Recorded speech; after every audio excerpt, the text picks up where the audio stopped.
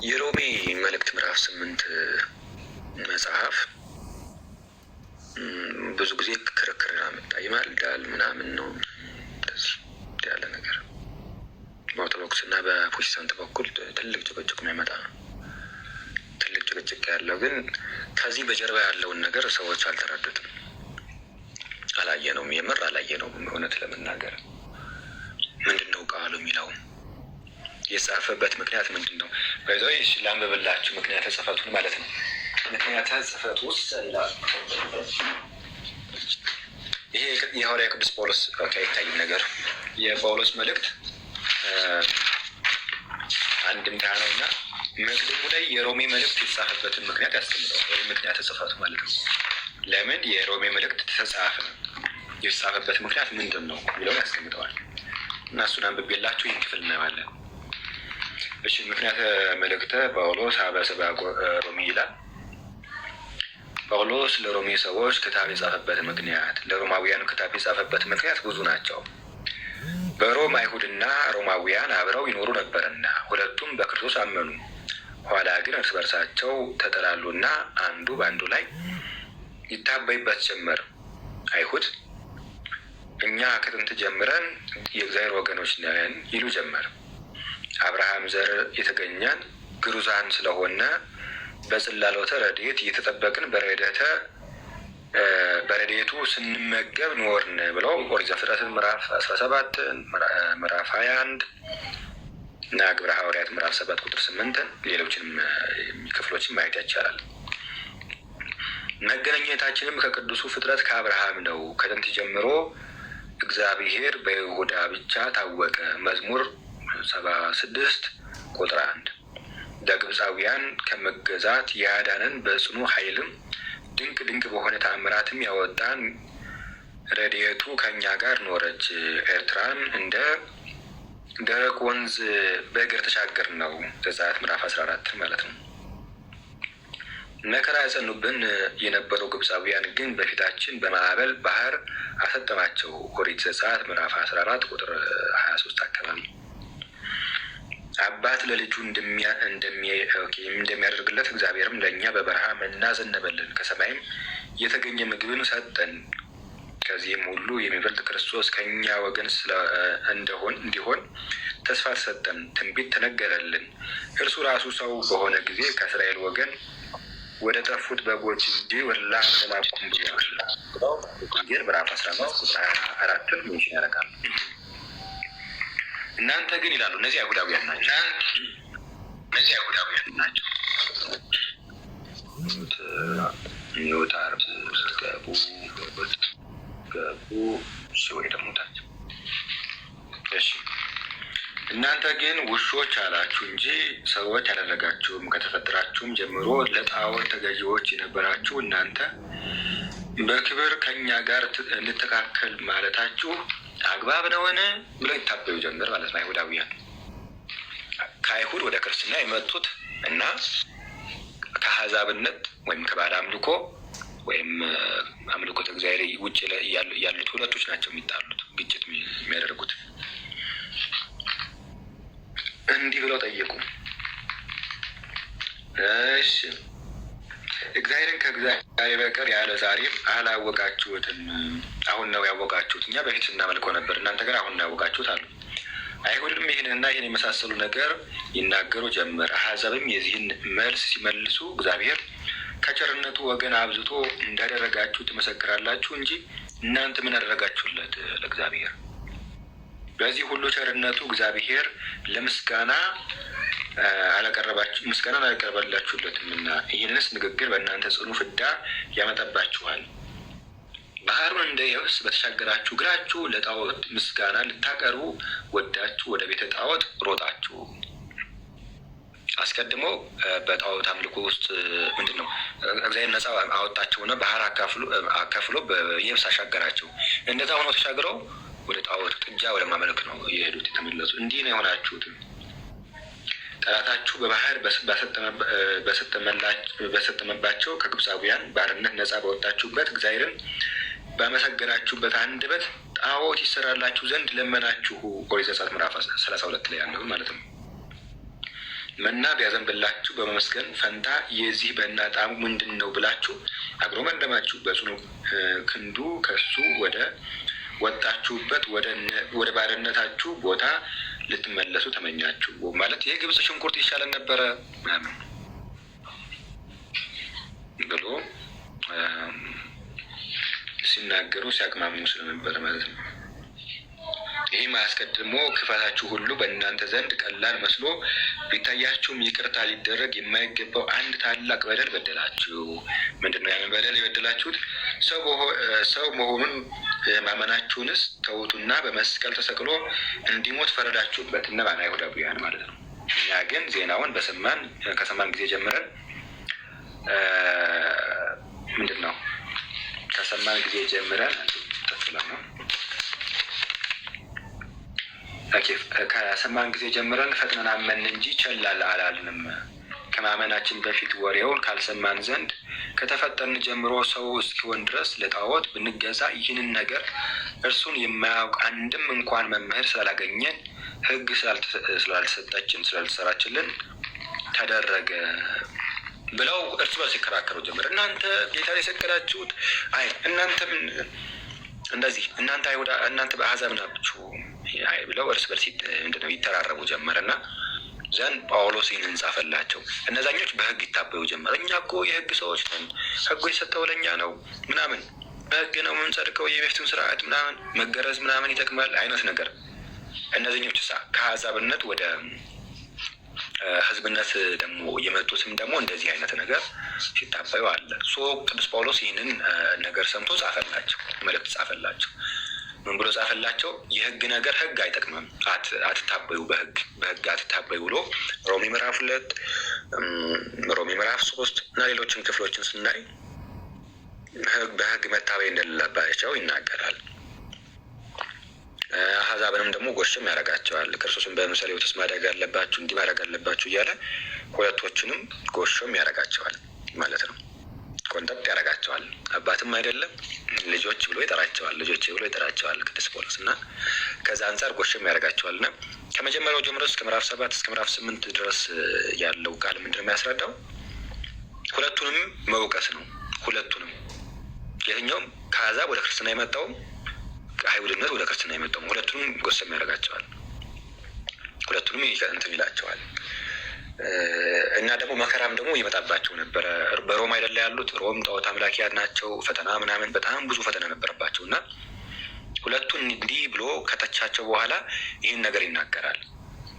ይኸው ቁጥር 11 ሮሜ ምዕራፍ 8 ቁጥር 11 ላይ ነገር ግን ኢየሱስ ከሙታን ያስነሳው ቁጥር 12 ጀምረን እንየው።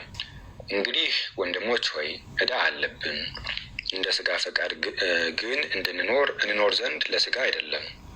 እንደ ስጋ ፈቃድ ብንኖር ትሞቱ ዘንድ አላችሁ፣ በመንፈስ ግን የሰውነትን ስራ ብትገሉ በሕይወት ትኖራላችሁ አለ።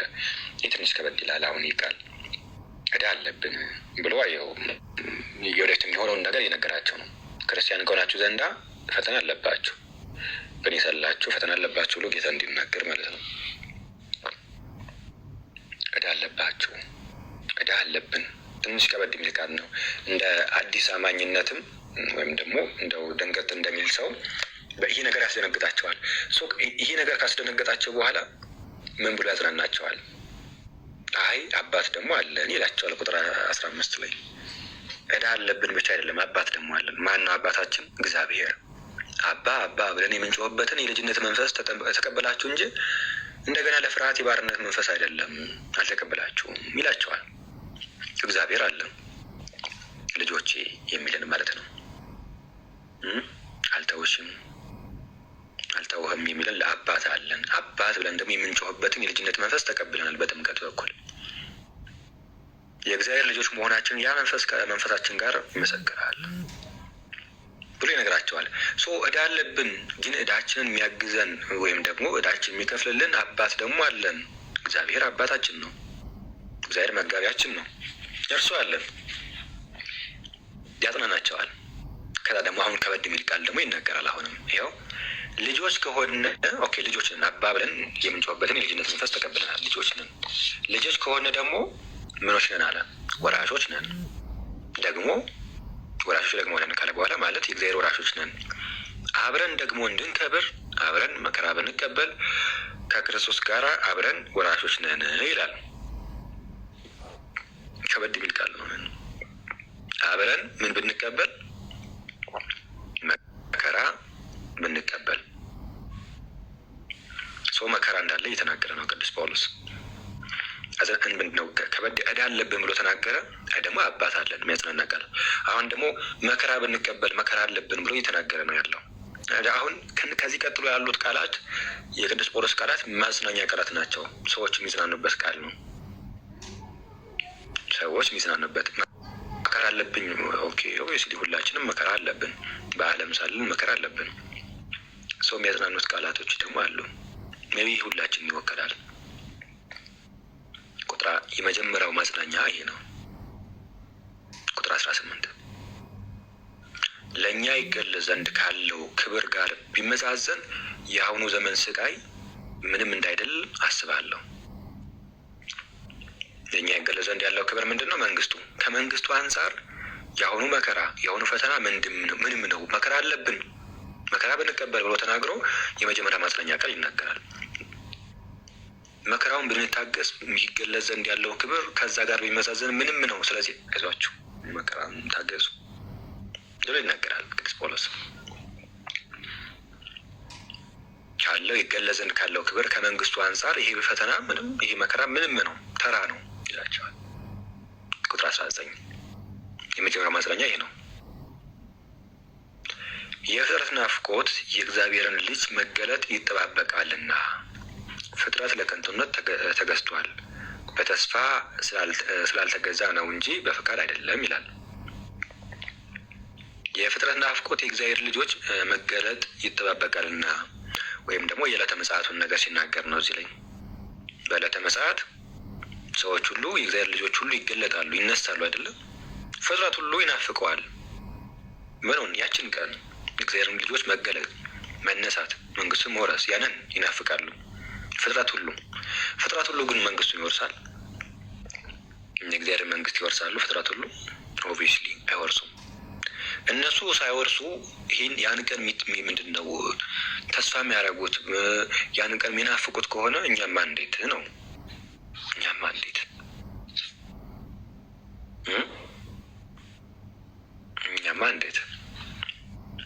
ያችን ቀን አንጠብቃትም ታግሰን፣ ያችን ቀን አንናፍቃትም መከራውን ታግሰን፣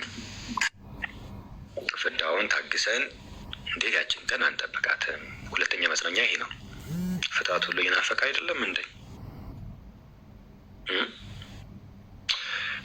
ስለ ፍጥረት ይናገራል እስከ ቁጥር 24 አካባቢ ድረስ ማለት ነው።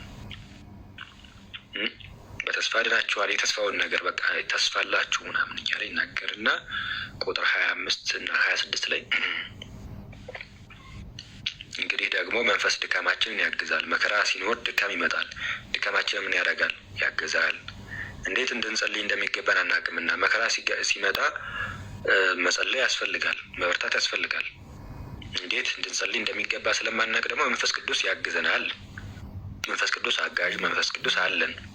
ስለዚህ መከራ ቢኖርም አይዟችሁ መንፈስ ቅዱስ አለላችሁ። ማጽናኛ ቃል ነው የተናገረ ያለ ቅዱስ ጳውሎስ። መከራ ቢኖር ፈተና ቢኖር አይዟችሁ ምን አለ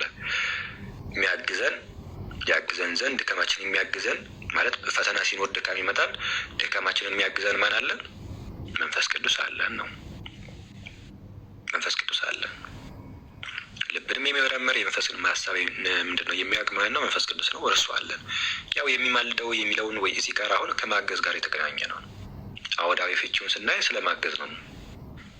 እንግዲህ ደግሞ መንፈስ ድካማችንን ያግዛል። እንዴት እንድንጸልይ እንደሚገባ እናውቅምና፣ ነገር ግን መንፈስ ራሱ በማይነገር መቃተት ይማልዳል። ይሄ ከእገዛው ጋር የሚገናኝ ነው። አውዱን ስንመለከተው እገዛን የሚያሳይ ነው። ስለዛስ ምንድነው ይማልዳል የሚለው እገዛውን የሚጠቁም ነው። ግን ምንድነው መንፈስ ቅዱስ አለልን። መንፈስ ቅዱስ እንዴት እንድንጸልይ እንደሚገባ ያሳውቀናል፣ ያስተምረናል። ድካማችን ደግሞ ያግዘናል፣ እንድንበረታ ያደርገናል። ማን? መንፈስ ቅዱስ። ስንተኛ ቃል? አንደኛ የትኛው ማጽናኛ ቃል አየነው? የመጀመሪያውን ለእኛ ይገለጽ ዘንድ ካለው ክብር የተነሳ ምንም ነው ያሁኑ መከራ ብሎ ተናገረ። ሁለተኛ ፍጥረት ሁሉ ይናፍቃል። እኛ እንዴት አናፍቅም? እንዴት መከራውን አንታገስም? በሶስተኛ ደረጃ መንፈስ ቅዱስ አለልን። አብ ደግሞ አለልን፣ አንድያ ልጁን ደግሞ የሰጠን ይላል። አንድያ ልጁን የሰጠን በገዛ ልጁ ያራራለት እያለ ይናገራል። ማን? አብ ለገዛ ልጁ ያራራለት። ነገር ግን አለ ለገዛ ልጁ፣ መቼም ስለ ልጁ ከተባለ አብ ነው፣ ስለ አብ ነው የሚናገር። ቁጥር 32 ላይ አብ አለልን፣ እግዚአብሔር አብ አለልን፣ ድካማችን የሚያግዝልን ለገዛ ልጁ ያራራለት። ነገር ግን ስለ ሁላችን አሳልፎ የሰጠው ያው ከእርሱ ጋር ደግሞ ሁሉ ነገር እንዲያው እንዴት አይሰጠንም? መንግስቱ እንዴት አይሰጠንም? መከራን ስቃይን ብንታገስ ኦብቪየስሊ ይሰጠናል። ያ ፈቃዱ ይሄ ነው። በልጁ ሁሉ አምኖ እንዲድን የዘላለም ሕይወት እንዲሆንለት አይደለም። ስለዚህ አንድያ ልጁን የሰጠን፣ አንድያ ልጁን በመስቀል እስኪሞት ድረስ የሰጠን ማን አለን? አብ አለን። እግዚአብሔር አብ። መንፈስ ቅዱስ አለን አለ፣ አብ አለን አለ። ከዛ ዝቅ ብሎ ደግሞ 34 ላይ ምን ይላል? ወልድ አለን። አብም ወልድም መንፈስ ቅዱስ ሥላሴ አለን ብሎ ተናገረ። እሺ ቁጥር 33 ጀምሮ እግዚአብሔር የመረጣቸው ማን ይከሳቸዋል? የሚያጸድቅ እግዚአብሔር ነው። የሚኮንንስ ማን ነው? ይህ አውዱ ከመከራ ጋር የሚገናኝ ነው። አስቀድመን ካየነው መከራ ጋር የሚገናኝ ነው። የሞተው ይልቁንም ከሙታን ተለይቶ የተነሳው በእግዚአብሔር ቀኝ ያለው ደግሞ ስለኛ የሚማልደው ክርስቶስ ኢየሱስ ነው ይላል።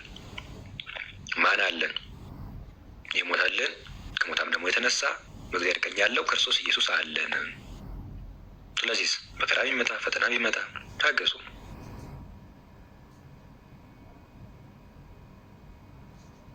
እሱ ደግሞ ወላጆች እንደሌላችሁ ልጆች አልተዋችሁም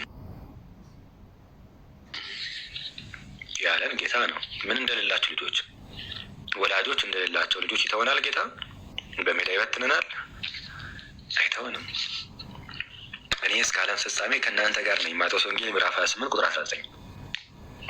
ስለዚህ ሁሌ ከኛ ጋር ነው ጌታ፣ አይተወንም። የማይተወን ክርስቶስ አለ። ይህንን በደንብ አድርጎ ሲያብራራ እንዲህ ይላል። ይሄ የሚማልደው የሚለው ቅዱስ ዮሐንስ አፈወርቅ ሲተረጉም ይህንን ፍቅሩን የሚያሳይ ነው ብሎ ያስቀምጠዋል። ምን የሚያሳይ ነው? ፍቅሩን የሚያሳይ ነው። ሊትራሊ እንተረጎመው ብንል ለምሳሌ ማለደ ማለት ኢትዮጵያ መጽሐፍ ቅዱስ ማህበር ባዘጋጀ መዝገበ ቃላት ገጽ 56 ላይ ማለደ ማለት አንደኛ በጠዋት ተነሳ ማለት ነው፣ ሁለተኛ ደግሞ ለመነ ማለት ነው ይላል። የሚለምነው ነው ተርጉሙ፣ ሊትራሊ ትርጉሙ። ግን ይሄ ፍቅሩን የሚያሳይ ነው ብሎ ቅዱስ ዮሐንስ አፈወርቅ ተርጉሞታል።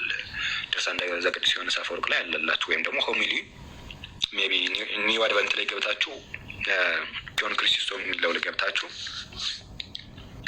የሮሜን መልእክት ላይ ትገቡና ይህን ቁጥር ላይ ስትገቡት ፍቅሩን የሚያሳይ እንደሆነ ግልጽ አድርጎ ያሳያል ማለት ነው። እንዴት ነው ፍቅሩን የሚያሳይ እንደሆነ የምናውቀው? አንደኛ አስቀድሞ ስለመኮነን ነው ወይም ስለ ፍርድ ነው የሚናገረው። ከዛ አንጻር የሚፈታል። ግን ፍቅሩ እንዴት ነው የሚያሳየው? ሊትራሊ ቀጥታ ያለው ክፍል እሱን የሚያስረዳ ነው። እንዲህ ይላል፣ ከክርስቶስ ፍቅር ማን ይለየናል? ማን ይለየናል? አስቀድሞ ምን ብሎ ተናግረው ነበር? ቁጥር 16 17 አካባቢ ምን ብሏል? ኦኬ አይኛው ነው ይሄው የእግዚአብሔር ልጆች ልጆች ከሆነ ደግሞ ወራሾች ነን። ስለዚህ መከራ አለብን፣ መከራ ብንቀበል እያለ ይናገራል። ቁጥር 12 ላይም እንደዚሁ እያለ ስለሚናገር ዕዳ አለብን እያለ ስለሚናገር ማለት ነው። 12 ላይ ዕዳ አለብን እያለ ተናገረ። ከዛ መከራ እንቀበላለን ብሎ ተናገረ። እዚህ ላይ መከራ ብንቀበል ብሎ ተናገረ። ከዛ ቁጥር 34 ላይ ደግሞ አሁን ይሄን ተናገረና ከክርስቶስ ፍቅር ማን ነው የሚለየን? ማን እያለልን? አንደኛ ይገለጽ ዘንድ ያለውን ክብር ስናይ ምንም አይለየንም። ሁለተኛ ፍጥረት ሁሉ እየናፈቀው እኛ እንዴት ይላል። ሶስተኛ መንፈስ ቅዱስ አለልን። አንድያ ልጁን የሰጠን አብ አለልን። እሺ ወልድ ደግሞ አለልን፣ ይሞታልን። ክርስቶስ አለልን። ከክርስቶስ ፍቅር ማን ይለየናል? መከራ ወይስ ጭንቀት ወይስ ስደት ወይስ ራብ ወይስ ራቁትነት ወይስ ፍርሃት ወይስ ሰይፍ ነውን? ስለ አንተ ቀኑን ሁሉ እንገደላለን፣ እንደሚታረዱ በጎች ተቆጠርን ተብሎ እንደተጻፈ ነው። በዚህ ሁሉ ግን በወደደን በእርሱ ከአሸናፊዎች እንበልጣለን። ሞት ቢሆን ሕይወትም ቢሆን መላእክትም ቢሆኑ ግዛትም ቢሆን ያለውም ቢሆን የሚመጣውም ቢሆን ኃይልም ቢሆን ከፍታም ቢሆን ዝቅታም ቢሆን ልዩ ፍጥረትም ቢሆን በክርስቶስ ኢየሱስ በጌታችን ካለ ከእግዚአብሔር ፍቅር ሊለየን እንዳይችል ተረድቻለሁ። መከራ ቢመጣ ምንም አይለየንም። ማን አለልን? አብ አለልን፣ ወልድ አለልን፣ መንፈስ ቅዱስ አለልን። ይገለጽ ዘንድ ካለው ክብር ጋር ቢመዛዘን ምንም ነው ይሄ መከራ። ስለዚህ ከዚህ ፍቅር ምንም የሚለየን ነገር የለም። ምንም የሚለየን ነገር የለም። ከማን ፍቅር? ከዚህ ፍቅር አጋፔ የምንለው ይህንን ነው። ይሰሪ ከዚህ ህብረት ምንም የሚለየን ነገር የለም። ከእግዚአብሔር ህብረት ምንም የሚለየን ነገር አለ? መከራ እንዲህ የዘረዘራቸው ነገሮች በሙሉ እና ብዙ ጊዜ ጭቅጭቅ ይሆናል። እኔ አንዳንዴ ያሳዝነኛል። የተጻፈበት አውዱ ይሄ ነው። ሰዎችን ከማጽናናት አንጻር ነው የተጻፈው። መከራ ቢመጣባችሁ ኢየሱስ ክርስቶስ አለላችሁ ነው የሚለው ክፍሉ። መንፈስ ቅዱስ አለላችሁ ነው የሚለው ክፍሉ። ግን መጨቃጨቂያ ሁሌ በቃ ማለደ አልማለደ ሁሌ እንደዚህ ያሁን እውነት የሚያንስ ነው። በእርግጥ ኦብቪየስሊ መዋየት ቢቻል ጥሩ ነው። ግን ሁሌ በቃ ማለደ አልማለደ ክፍሉን ብትረዱት ወይም አውድን ብትረዱት እንደዚህ ባላላችሁ ነበር። የምረግን ማንም ቢሆን ማለት ነው። ይህ አውዱን ይህን የሚያስረዳ ነው።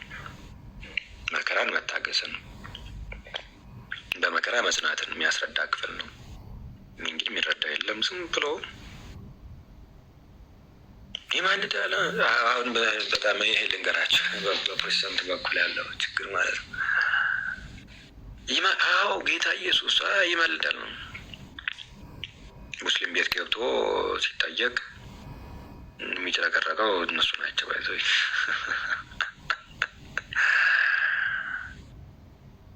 በጣም በሚያሳዝን ሁኔታ ማለት ነው።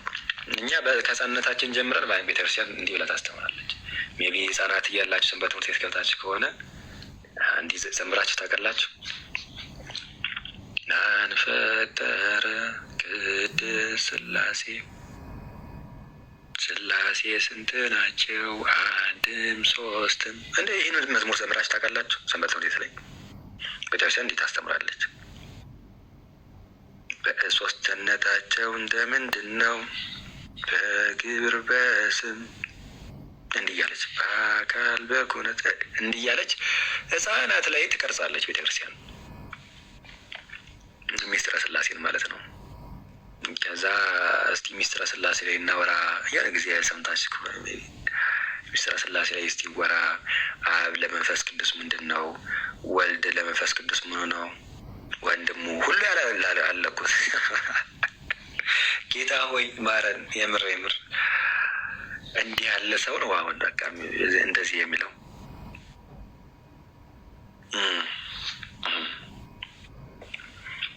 ኢየሱስ ኢየሱስ ስለተባለ ብቻ አይደለም። ኦብቪየስሊ ኢየሱስ ክርስቶስ ጌታችን ነው፣ አምላካችን ነው፣ ቤዛችን ነው። ሁሌ እሱን ታመሰግናለች ቤተ ክርስቲያን፣ ሁሌ ስሙን ታወድሳለች። ስርዓተ ቅዳሴያችንን ብታዩት 14ቱን ቅዳሴ አንብቡት። ኢየሱስ ኢየሱስ ኢየሱስ ነው የምትለው ሁሌ ማለት ነው። ጌታ እሱን ነው የምታመሰግነው። የእሱን ስጋ ነው የምትፈትተው ምን የምትለው ቤተክርስቲያን። መሰረቷ እሱ ነው። ከተመሰረተው በቀር ማንም ሌላ መሰረት ሊመሰረት አይችልም። እና ያችንን ቤተክርስቲያን ነው በቃ እዛቸው ቤተክርስቲያን ሌላ ምናምን ሌላ ህብረት ነው አይደለም፣ እዛ ውስጥ ነው ያለች ቤተክርስቲያን። እንደዚህ ናት።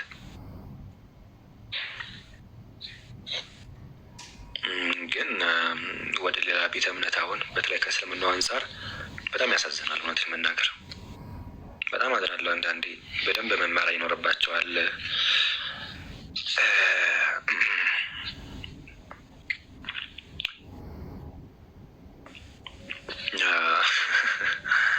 ከዛ አንጻር ነው አንድ ሁሌ በቃ ሁሌ እንትን ማለት አንዳንዴ ፈሪ ስለሆኑ ነው። ይዘ በቅባቃ ሁሉ ነው የሰበሰበው። እንደ አሁን ሰዎች እንተዋቸው ነው እንጂ እንዳለ የተሰበሰበው በቅባቃ ፈሪ ነው። ለዛ ነው ቆፍጠና የለም። ቢያንስ እንደው ከክርስትና አንጻር ወንድሞች እህቶች የሚያነሱትን ጥያቄ እንደው መመለስ አይቻልም። ቁርአን፣ ሐዲስ፣ ተፍሲር ምናምን የሱን ይተውት። መጽሐፍ ላይ የሚጠየቀውን መመለስ። በቃ ወንድሞች ሴቶች ጠየቁ መመለስ። እንደዚህ የለም። በቃ ሁሌ እንደዛ ሁሌ ስማ። ጌታ ሆይ ትዕግስቱን ስጠኝ።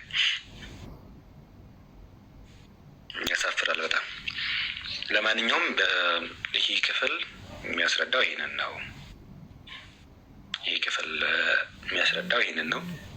በመከራ መጽናት እንዳለብን፣ መበርታት እንዳለብን። እንደ መዝሙር አለ፣ አስታዋሽ አለሽ አለን የሚል መዝሙር አለ። ወላጅ እንደሌለው አልተውሽም ያለሽ ያህዌ ነውና ላይጥልሽ ያዘሽ፣ ቸር ነው የሚራራ ነውርን የሚቀድስ አባብዬ በይው በልጅነት መንፈስ የሚል መዝሙር አይ ቲንክ የማን ነበረ? ሸምበቆ ስለ አይደል የተደገፍሽው በመታመን ውጪ ያልፋል ጨለማው። በጣም ደስ የሚል ዝማሬ ነው። የመርቅ ሰለሞን አቡበክር ነው ምናምን እንደዛ ነገር የእሱ ዝማሬ ነው። እና አባብዬ በይው በልጅነት መንፈስ ይላል። ይህን ሮሜም 8:5 ላይ ያለ 15 ላይ ያለው ነው። ይዘ ጭራሽ የሰሙት ይህን ጋቢ ድምፅ ሰው ይበጥበጥ ጎረቤት ነቅላዊ ሄዱ እቃቸውን ሰብስበው እንደዛ የምትፈልጉት አይሆን። ለማንኛውም ግን ክፍሉ የሚያስረዳው ይሄ ነው። በተለይ አሁን በጣም አስቸጋሪ ጊዜ ነው ያለ፣ መከራ ፍዳ የዛበት አባት እንደሌላቸው ሁነን ያለንበት ጊዜ ነው ያለ። ምን መሆን አለብን? መጽናት አለብን። እንዴት መጽናት?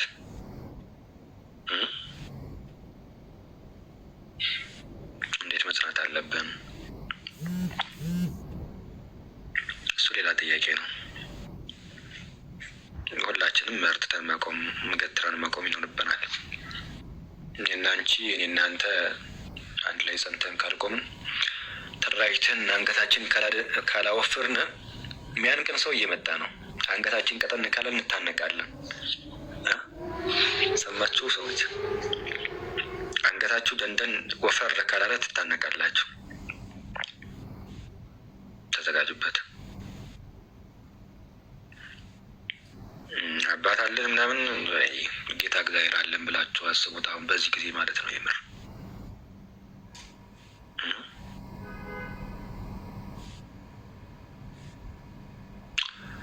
እንደዛ ነው። ጥያቄ ካላችሁ መጠየቅ ትችላላችሁ። አባ ጅፋር ሲጀመራል ማን ነው አባ ጅፋር ትላለህ? ምን አገባኝ እኔ ሰው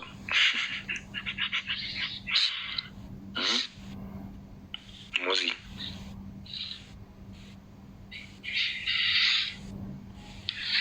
ምን አገባኝ እኔ ስለ አባ ጅፋር።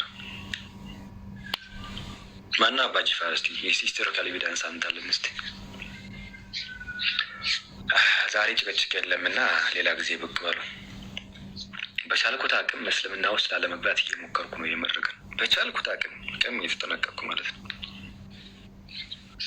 እንደዛ መሆን ስላለብን እሺ። ካወራነው አንጻር ጥያቄ ያላችሁ ሰዎች ካላችሁ ማቅረብ ትችላላችሁ። ከሌላችሁ ዝማሬ ዘምረን እንዘጋለን ማለት ነው። የነገ ሰዎች ይበለንና ደግሞ ነገ ለጊዜ አረፍ እንድንል ድካም ምናምን ስለሚኖር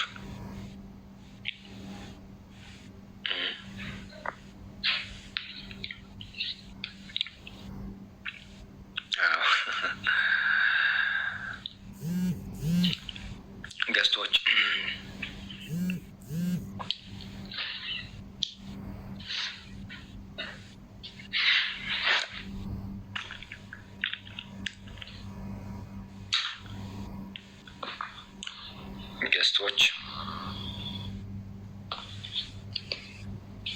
አርምሞ ስርዓት በሌለበት በልሳነ መላእክት አርምሞ ላይ ናቸው መሰለኝ።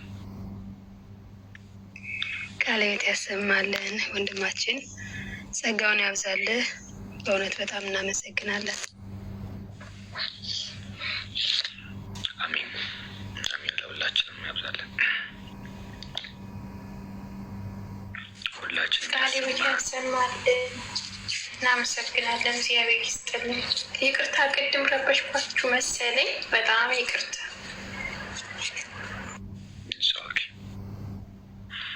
አሜን። ሁላችን ያሰማን ያወርሰንም ጌታ እግዚአብሔር ይፍታህ።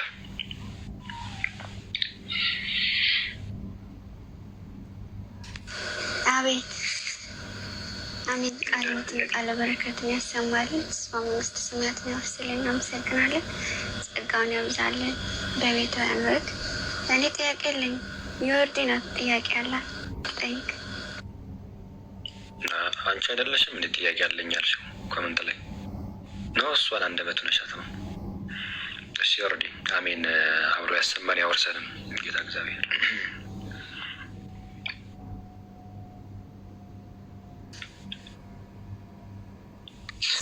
ሰላም ሰላም። ክርስቶስ ይብዛላችሁ። እንዴት ዋላችሁ? እንዴት አመሻችሁ?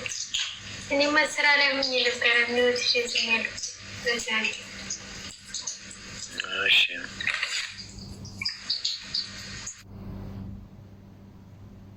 ጥያቄ አለ ያላት እያለች ነበር ይፍታ።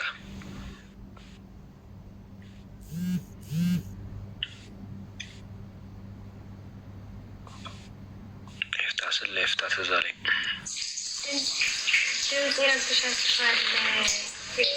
አሁን ስለማይመቼ ወይ ወደ ኋላ ላይ ጠይቃለሁ ወይ ሌላ ቀን ይጠይቃል።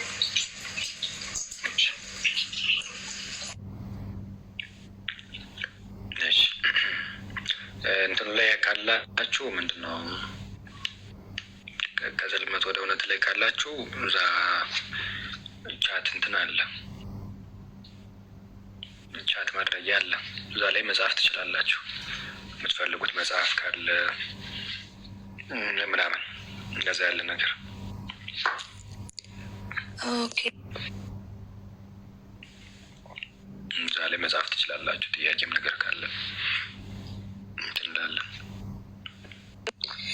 ወንድማችን ማለት ነው። እዛ አልመጣልኝም እኔ ግን ያኛው ሊንክ አልፋ የሚለው መጥቷል። እዛ ላይ ትልክልናለህ የዛኛውን ሊንክ። እሺ ይፍታ አለሽ? ይፍታ ይፍታ አለሁ። አቤት አለሁ። እኔ እሺ እንትን ምንድን ነው አለሽ እዛ ግሩፕ ላይ? አዎ አለሁ። ፎሎ አድርጊኝና እኔ ፖስት አወራሽ አስገባታለሁ። ካለ እሷን አውራትና ሊንኩን ተቃይራችሁ ታስገባችሁ። በውስጥ እኔ ጋር እናስገባሻለን። እሺ ይፍታይ። እሺ የታለ? እሺ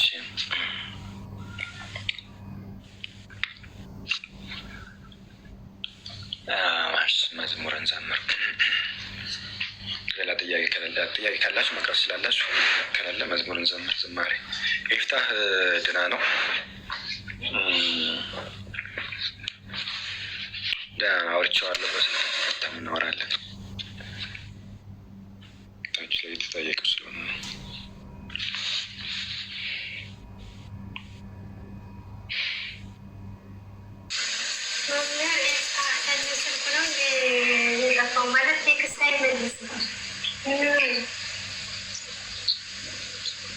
ደህና ትንሽ ይጠብቅ።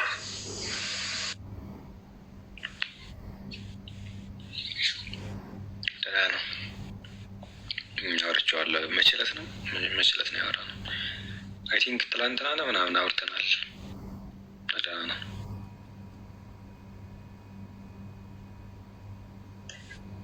ትንሽ ጊዜ ሰወር ልበል ብሎ ነው። እሺ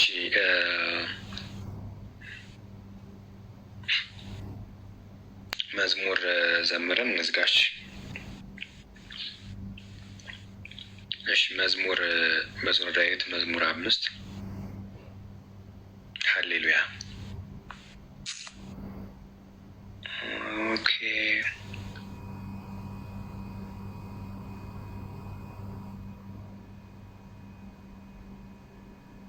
ጥያቄ ነው ኤደን። መጽሐፍ ክፍሉ ሁለተኛ ሳሙኤል 12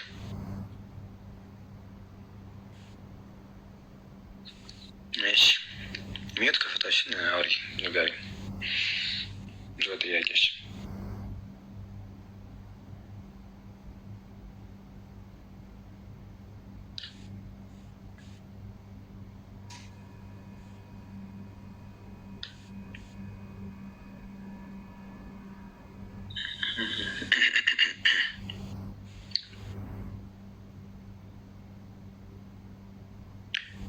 ሁለተኛ ሳሙኤል ምዕራፍ 12 ቁጥር ስንት ነበር?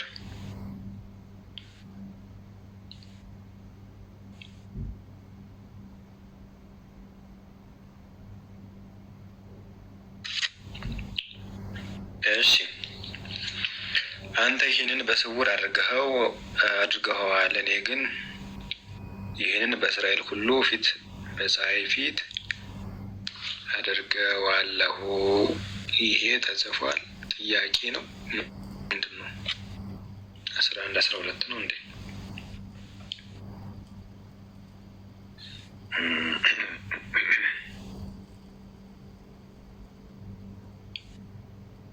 እሺ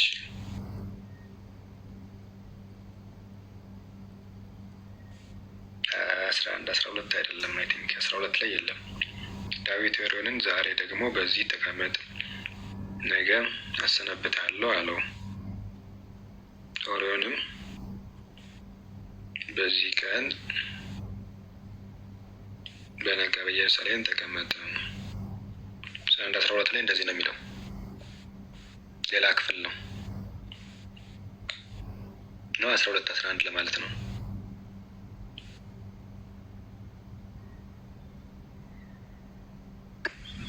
እሺ ሰላም ናችሁ? እግዚአብሔር ይመስገን። እንዴት ነሽ? አለሁ እግዚአብሔር ይመስገን። የኔ ጥያቄ ዳዊት እየተቀጣ ነው፣ እግዚአብሔር እየቀጣው ይሄንን ፈጽሞታል። ምክንያቱም የተቀጣ በኋላ ላይ ልጁን በሞት ነው ያጣው ነው። ይሄንኛው ቅጣት ተፈጽሟል። የትኛው ቅጣት? ቁጥር ስንት ነበረ? ስንት ነበረ? 12 ላይ ከዛ በፊት የተናገረውን ነው አድርገዋለሁ ብሎ ያለው። ከዛ በላይ አለ፣ ከ12 በላይ ማለት ነው። ኦኬ ይላል ነው በቤተ ክፉ ነገርን አስዋለ ሚስቶችን አይነትን። ስለዚህ እሺ ምንድን ነው አውዱ የሚናገረው? አይ ቲንክ 11 እና 12 እንትን እያደረገ ነው። ምንድን ነው ዝሙት ሰርቶ ነበረ ዳዊት፣ በድሎ ነበር። ለዛ ነው መዝሙር 51 ላይ አቤቱ እንደ ቸርነት መጠን ማረኝ። እሺ ያነበዋለን። እንዲሁም ይህን መዝሙር ደስ የሚል መዝሙር ስለሆነ ያን መዝሙር የዘመረው በዚህ ምክንያት ነው። በየትኛው ምክንያት? በዚህ በደል ስለበደለ ማለት ነው። ዘን በደል ሊበድልና ለመሸፋፈን ሞከረ። ምን አደረገ?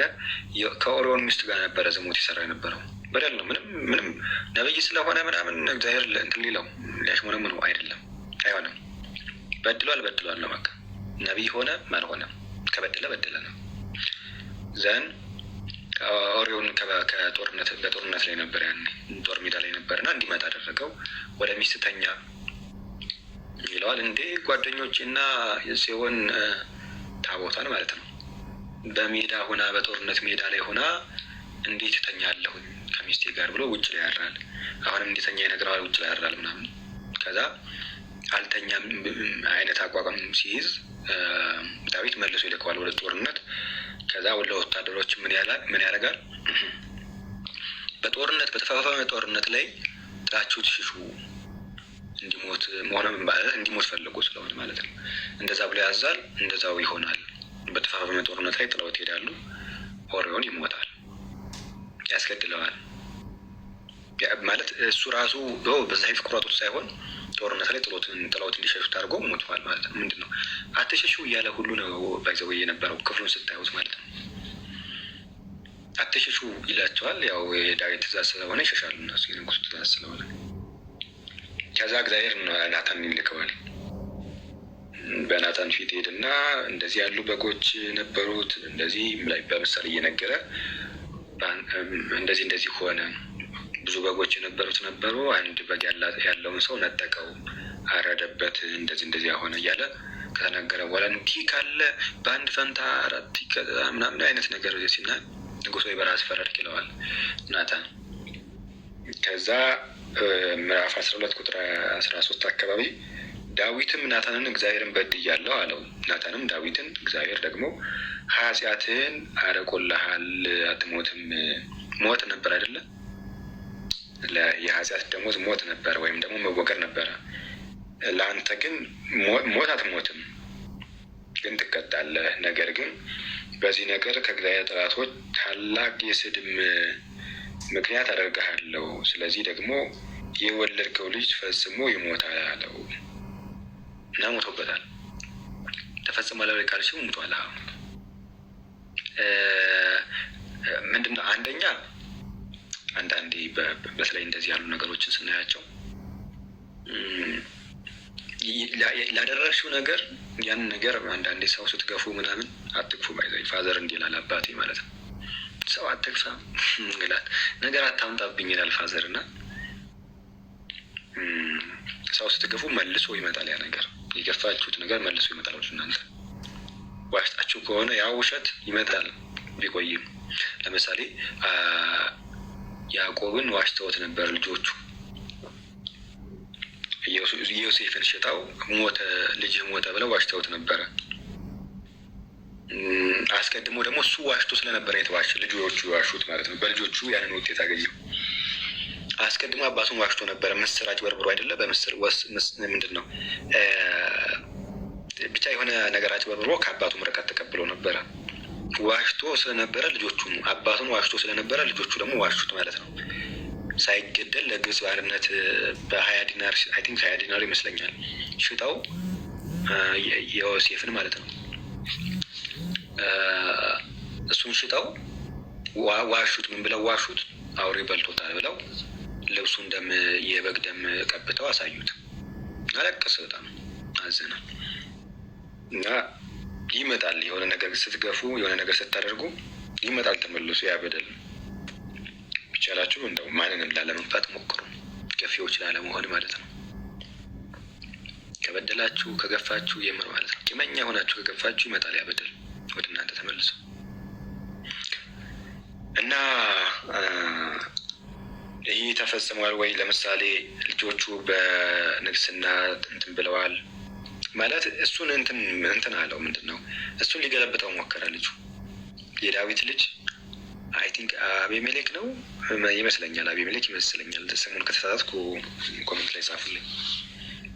ዳዊትን ሊገለብጠው ሞከረ። በዛ ምክንያት ሞተ። በዛ በስልጣን ሽኩቻ ምክንያት ነው የሞተው ልጁ።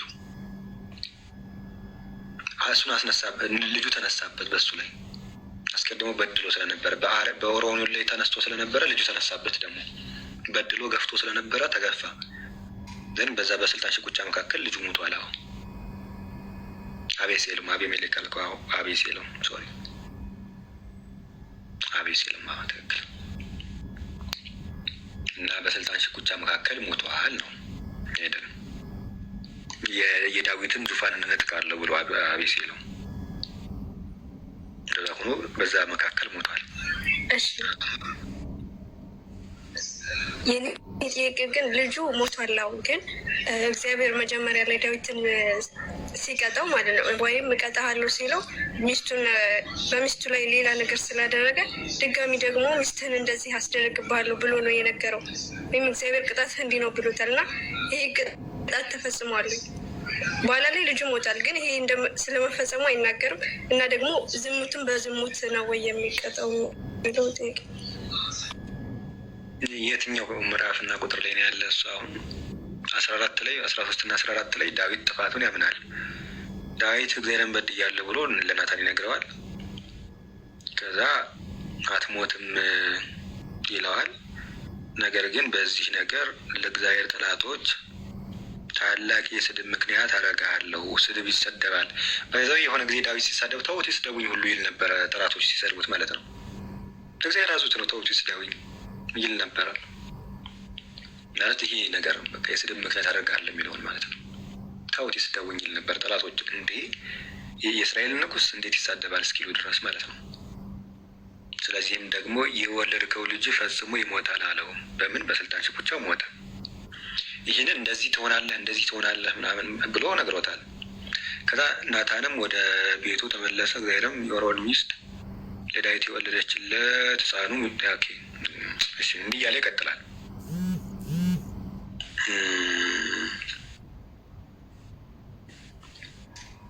ግን አሁን ይሄ የእቺ አሁን ያልሻት ፓርት ምዕራፍና ቦታን ብትነግሪኝ ብናያት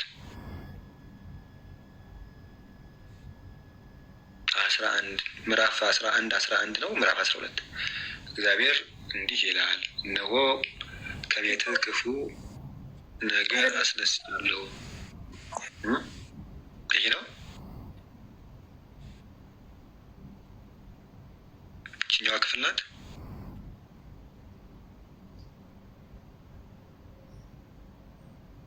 ኦኬሽ እግዚአብሔር እንዲህ ይላል፣ እነሆ ከቤት ክፉ ነገር አስነሳብሃለሁ፣ ሚስቶችንም በዓይንህ ፊት እወስዳለሁ፣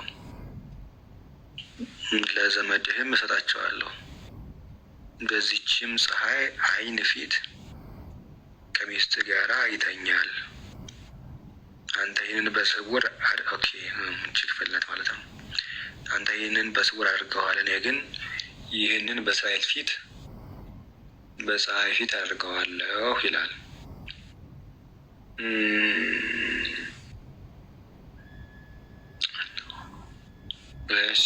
እሺ ቀጥይ።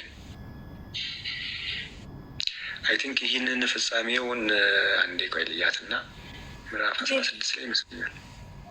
የኔ ጥያቄ ይሄ ነው። ይሄ ተፈጽሟል ወይ?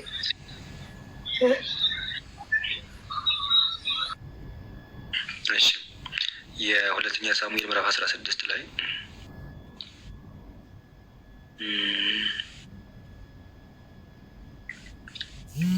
ቁጥር 21 እና 22ን ማንበቢው፣ ቁጥር 11ንም ማንበቢው፣ ቁጥር 21 እና ቁጥር 22ንም ደግሞ አንብቢው።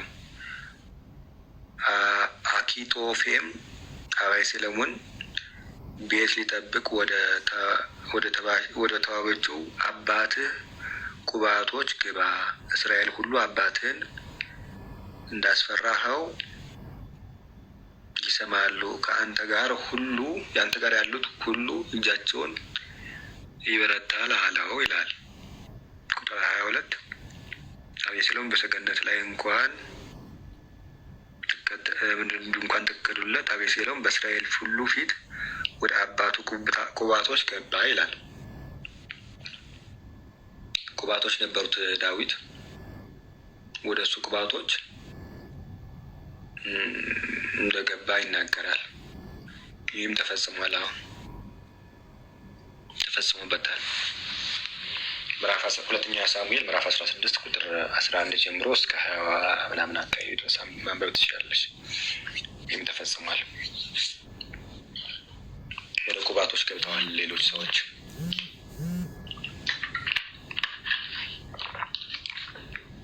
እኔ ችግር የለብኝም።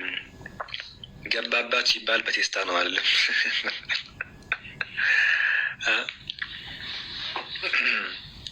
ገባባት የሚለውን ቴስታ ነው ልበል እንደ እዚህ ላይ ሰዎች ገባባት ኦብቪየስሊ እንትን ነው ምንድን ነው ሩካቤ ፈጸመ ማለት ነው። እና ተፈጽመዋል። ሄደን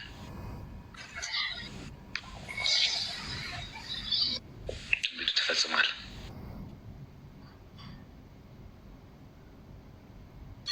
እሺ፣ ስለዚህ ሁለት ቅጣት ነው የተቀጣው። ልጁ ሞቶበታል፣ ላይም ተፈጽሟል ማለት ነው። በልጁ ነው ጥፋት ነው ምንድን ነው እንትን ያገኘው ቅጣት ነው ያገኘው ልጁ ነው። አቤሴሎም ባይዘይኩ አቤሴሎም እኮ ልጁ ነው።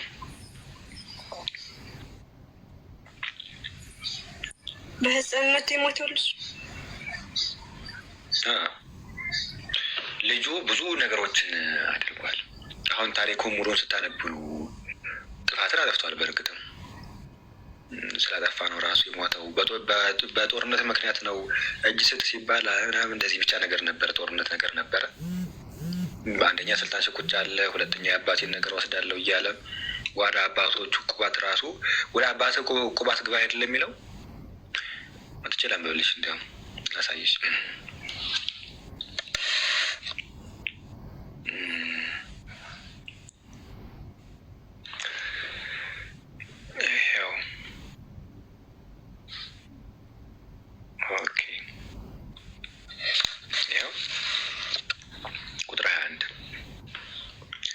አኪጦፌም አቤሴሎም ያልኩ የዳዊት ልጅ ነው።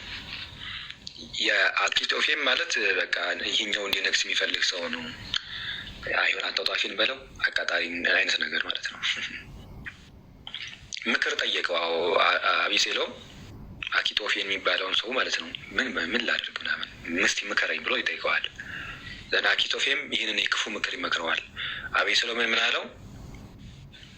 ቤት ሊጠብቅ ተዋቸው ወደ አባትህ ቁባቶች ግባ። ወደ ምን? ወደ አባትህ ልጅየው ነው። ወደ አባቱ ቁባት የገባ እንዲህ አድርጎ ወደ አባቶቹ ቁባት ገብቶ፣ ሁለተኛ ደግሞ የንግስናውን ወይም ስልጣን ሽኩቻ ነገር ነበረ፣ ስልጣን ወስዳለሁ ብሎ ማለት ነው።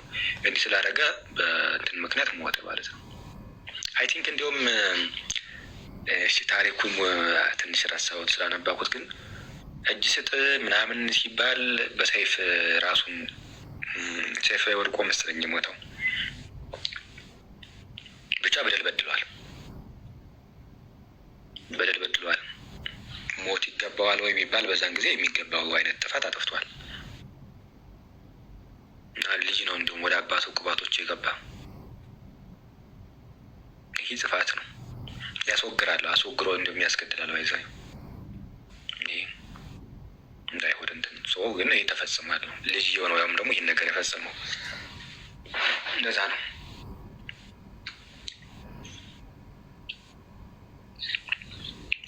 ኢሳ ማን ነው?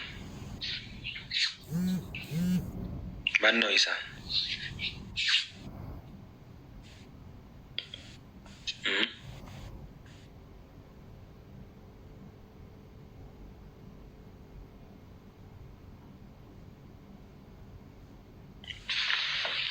አላውቀውም እኔ ኢሳን።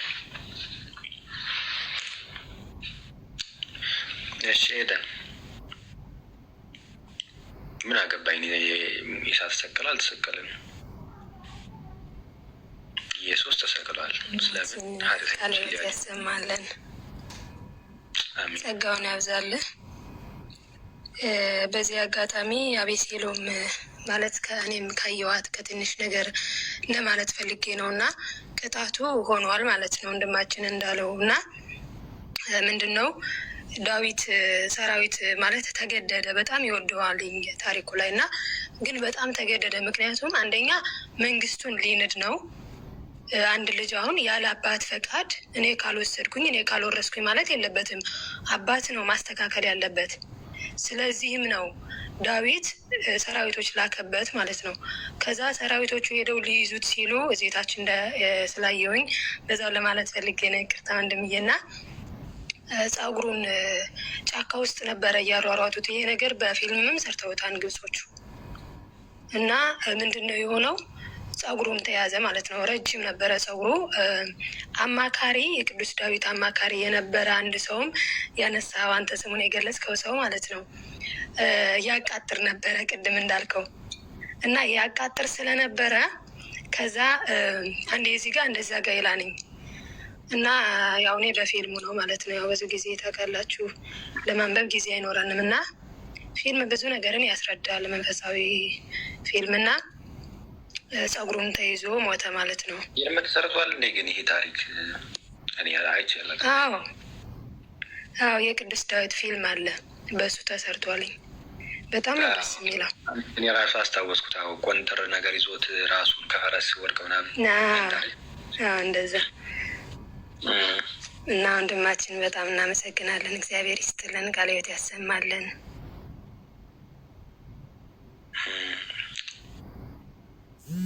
አሜን አሜን። ኦኬ እዛው ቁጥር 14 አካባቢ 14 ነው 14 15 ላይ የተወለደው ልጅ እንደተቀዘፈ ይናገራል። ሁለተኛው ደግሞ ይሄ አቤሴሎም ነው።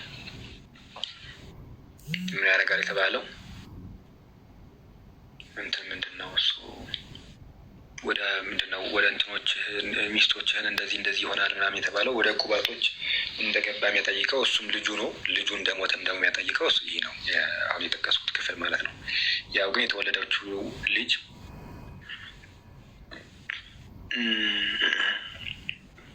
የተወለደው ልጅ እንደተቀዘፈ ይናገራል። እዛው 14-13 ምናምን አካባቢ። ሜቢ ግን ግልጽ ካልሆነልሽ ድጋሚ መጠየቅ ትችላለሽ። ሄደን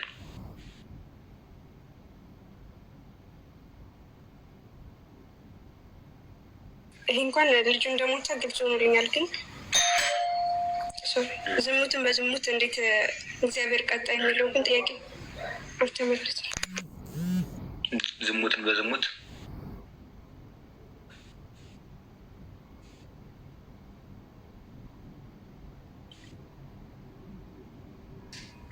የብሉይ ኪዳን ነገር እንደዚህ ነበረ። አይንን ላይን አይደለም። ብሉይ ኪዳን ሕግ እንደዚህ ነው እኮ። የምሕረት ዘመን አይደለም ፍዳ የሚባለው እኮ ለዚህ ነው። አይንን በአይን ነበር የሚባለው እና ቅጣት ብሎ ያስቀመጠበት ነገር አለ። ያን ቅጣት ደግሞ ተቀጧል። ማን? ዳዊት ብቻ አይደለም ባይዘ ብዙዎችን አሁን ለምሳሌ ማንን አንስቼላችኋለሁ? ያዕቆብን ማለት ነው። ያዕቆብ አባቱን ዋሽቶ ነበረ። ያን ልጆቹ ደግሞ ዋሹት አይደለም። እሱ ያደረገውን ደግሞ እንደዚሁ ያገኘዋል። በቃ እሱ ላይ ይደርስበታል። እሱ የበደለው በደል ይመለሳል። አይን በአይን ጥርስ በጥርስ እንዲህ ነው ሕጉም የነበረው። የሆነ ነገር የበደለ ሰው ያ በደል ወደ ራሱ ይመለሳል፣ ይመጣል፣ አይመልጣትም። ይህ ነገር ስቲል አሁንም እንትን ማለት አለብን፣ መጠንቀቅ አለብን። ሰው መግፋት በጣም መጥፎ ነው። ከእግዚአብሔር መንግስት ያደርገናል፣ ልባችን እንዲደንድን ያደርጋል። አሁንም ላይ ማለት ነው። በፊትም ደግሞ ይህ ሕግ የሚታወቅ ሕግ ነው። አይን ላይን የሚለው የሆነ ነገር ለበደሉ ያው በደል መድረስ፣ ላልበደሉ ደግሞ ለተበደሉ ደግሞ እግዚአብሔር ደግሞ ይደርስላቸዋል። ምን ብሎ ይደርስላቸዋል? እግዚአብሔር አምላክ። ለምሳሌ ዮሴፍ ባለ ህልም ነበረ፣ ህልመኛ ነበረ። በዚህ ምክንያት ወንድሞቹ ጠሉት። እነማን ጠሉት? ወንድሞቹ ጠሉት። በህልሙ ምክንያት ሸጡት በባርነት። ብዙ መከራ ደርሶበታል። በእርግጥ አንዴ ወይን ይወርዳል፣ አንዴ እንደዛ ይሆናል፣ አንዴ በፈርዖን ሚስት ይፈተናል። መልካም ስለነበረ በጣም መጨረሻ ላይ ግን ያው ልጅ ወለደ እና ልጅ ማን አለው? አይ ቲንክ እንደው ምናሴ ነው የሚባል ልጁ። ምናሴ በረሃ ጽድቅ ማስረሻ ማለት ነው። የችግር ማስረሻ ብሎ ነው ያወጣለት ለልጁ ስሙ። ምናሴን ወለደ። ያ ሁሉ ነገር አለፈ። እነሱም መጥተው ተንበረከኩለት። ህልሙ ራሱ ተፈጸመ። ምን ስላደረገ? አስቀድሞ ደግ ነገር ነበር ሲያደርግላቸው ነበረው። መጥፎ ነገር ሲያደርግ የነበረ ግን ያው መጥፎ ነገር ይመለስበታል። ክፋት ላደረገ ያው ክፋት ይመለስበታል። የተበደለ የተገፋ ሰው ግን እግዚአብሔር ለእርሱ ይደርስለታል፣ ከፍ ያደርገዋል። ለእረኝነት ምሳ ማድረስ ለእረኞች ምሳ ማድረስ የነበረ በኋላ የፈርዖን ምርጡ አማካሪ እስኪባል ድረስ ማለት ነው። ምናሴ ማን ነው? ዮሴፍ። ስለዚህ አንደኛ የብሉይ ኪዳን እንትን ሕግ እንዴት ነው? አይን ለአይን የሚል ነበረ። ሁለተኛ ደግሞ እንደ ሰዎችም ሁሉ ስናያቸው ሲበድሉ ያ በደሉ ለእነሱ ይመለስባቸው ነበረ። ከዛ ከሁለቱ አንጻር እዩ እና እንደዛ ነው የብሉይ ኪዳን ስርዓት። ዓመተ ምሕረት አይደለም። የሆነ ነገር ላጠፉት የሚቀጡበት ዓመት ነበረ። የሆነ ነገር መቀጣት ማለት ነው።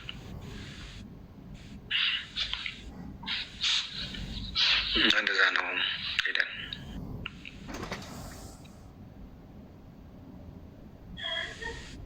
ድምፄ ግን ጥርት ብሎ ይሰማል?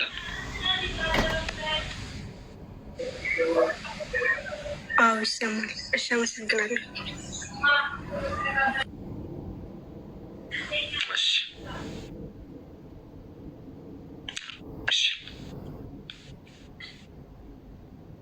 አሜን።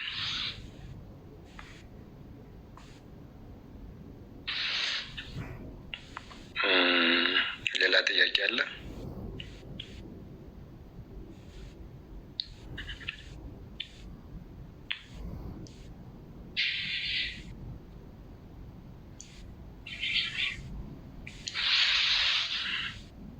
ሌላ ጥያቄ ያለው ሰው?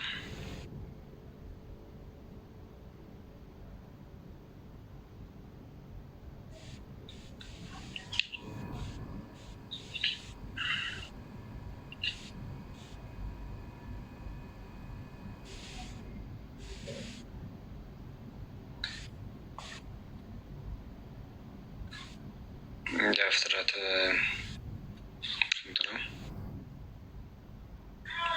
11 28 29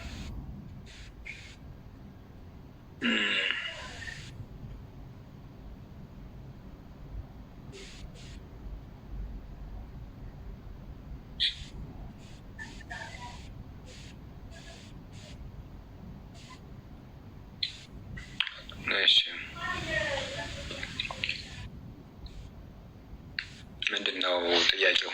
ዘፍጥረት ምዕራፍ 11 ላይ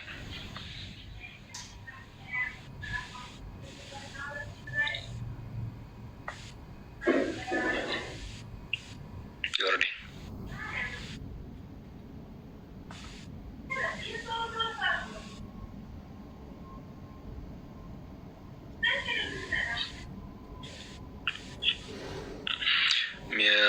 ፒስ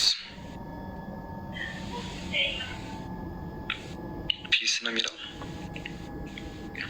ቀድር የለም እኮ ክርስትና ላይ ባይዘው ቀድር ያለው እስልምና ላይ ነው። ለምሳሌ አደም አሁን እንግዲህ ወደዚህ ውስጥ ታስገባኝ ነው አልገባም ብዬ ነበረው። አደምና ሙሳ ሲነጋገሩ እንዲህ ይላሉ። ሙሳ አደምን በአንተ ምክንያት ነው ከገነት የወጣ ነው የተበራረም ነው በአንተ ምክንያት ነው ምናምን ብሎ ይተችዋል። አደም ሙሳን ማለት ነው። ደን አደም ምን ይላል? ተጽፎብኛል እኮ ምን ማድረግ እችላለሁ? አላህ ቀድሮብኛል፣ ጽፎብኛል። ስለዚህ ከጻፈብኝ ወዴት እሄዳለሁ? ምንም ማድረግ አልችልም ብሎ ይናገራል። በክርስትና ውስጥ ቀድር የለም። ሜቢ ሳያል ቡካሪ 65-57 ላይ ለየው አደም ምን ይላል? አደም ምንድን ነው የሚለው?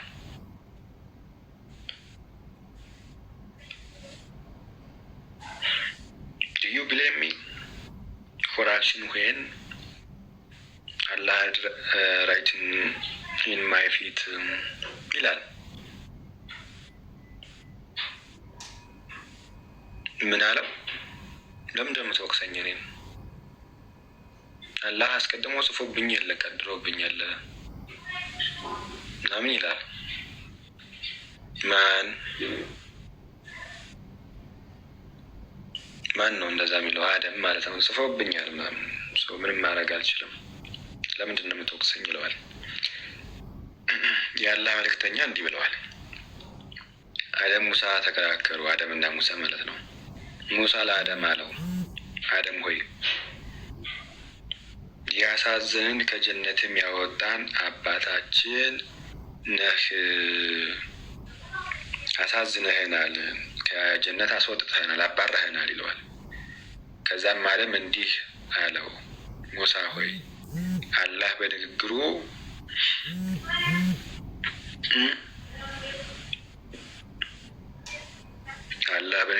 ለገለጸው እና በእጁ ጻፈል ከመፈጠሬ ዓመታት በፊት ነው። የትኛውን የጻፈልኝ?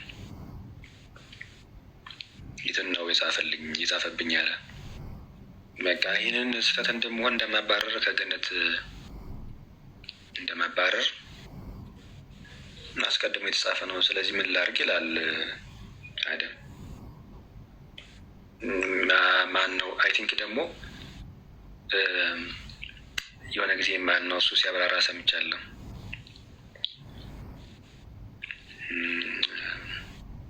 ኡስታዝ አቡ ሀይደር ዓለም ከመፈጠሯ ከ50 ዓመት በፊት ነው እንደዛ አካባቢ ብቻ ወይረበር የትኛውም ዓመት ቢሆን ያንን የተጻፈችው በሪቱ ናት የተጻፈችው ምናምን ብሎ ሲያብራራ ነበረ አቡ ሀይደር። ቪዲዮ አስፈላጊ ከሆነ ላያሳየ ይችላለሁ።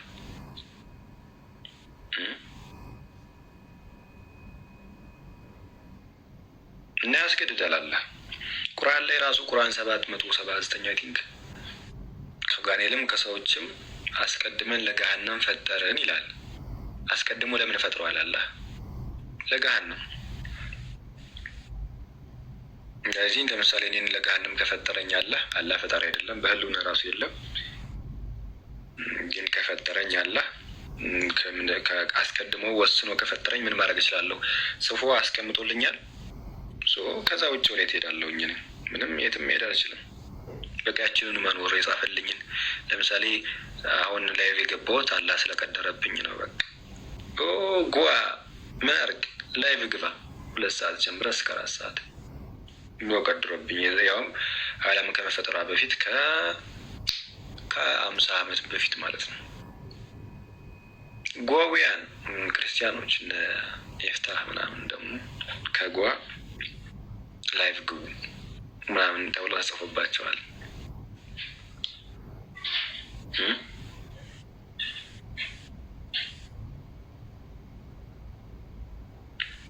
እንዲህ ተብሎ ስለተጻፈባቸው እንደ እስልምናው ትምህርት የመጣቸው እናንተ ሰዎች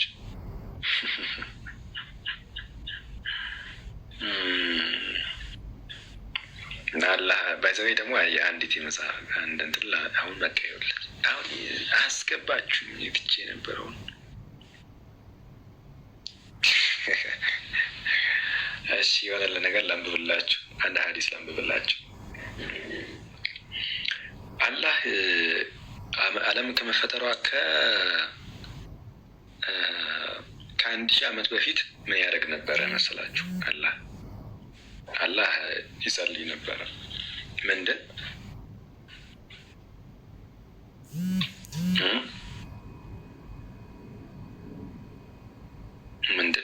ምን ነበር የሚጸልየው? ሲንየው በዚህ በሚሽካተል መሳቢህ 2148 ላይ እንዲህ ይላል። አቡ ሁረይራ ነው ያስተላለፈው። የአላህ መልእክተኛ እንዲህ ብለዋል። እንዴት ብለዋል? መሐመድ ማለት ነው። ሰማያትና ምድር ከመፈጠሩ ከ1000 ዓመት በፊት አላህ ሱረቱል ጣህ የሚባለው ወይም 20ኛው ሱራ ማለት ነው እና ያሲንን ያነብ ነበረ። መላእክቱም ንባቡን በሰሙ ጊዜ ደስተኞች ናቸው አሉ። እናንተም ይላል ይቀራል ምናምን ነገር ያነባል አላህ ማለት ነው። እና ምን የሚያነባው አለ? ሱረቱል ጣህ እና ያሲን ሁለቱን ክፍሎች ነው የሚያነባቸው የነበረው አላህ። ከሚያነባቸው ክፍሎች መካከል ለምሳሌ ሱረቱል ያሲንን ላሳያችሁ። ሱረቱል ያሲን ላይ ምን ሚላል? ሱረቱል ያሲን 36ኛው ስራ ማለት ነው 24ኛው አያ ላይ እንዲህ ይላል፣ እኔ ያን ጊዜ በግል ስህተት ውስጥ ነኝ ይላል። ማን? አላህ። ያው ሱራ 36 ቁጥር 24 ላይ እንዲህ ነው የሚለው፣ አላህ ከዓለም ከመፈጠሯ ሰማይና ምድርን ከመፈጠሯ ከ1000 ዓመት በፊት ያን ጊዜ ተሳስቻለሁ ይላል። ባያይ ደስ ይለኛል። አሁን ህይወታች ላይ መሐመድ የጻፍከው ማለት ነው። ለጣዖት አፈንድደህ ምናምን ማነው ጣዖት ይላሉ ብዙዎች እንትኖች። ምንድን ነው ሙስሊሞች ታቦትን ማለት ነው። ታቦት ነው ማነው እንትን ነው።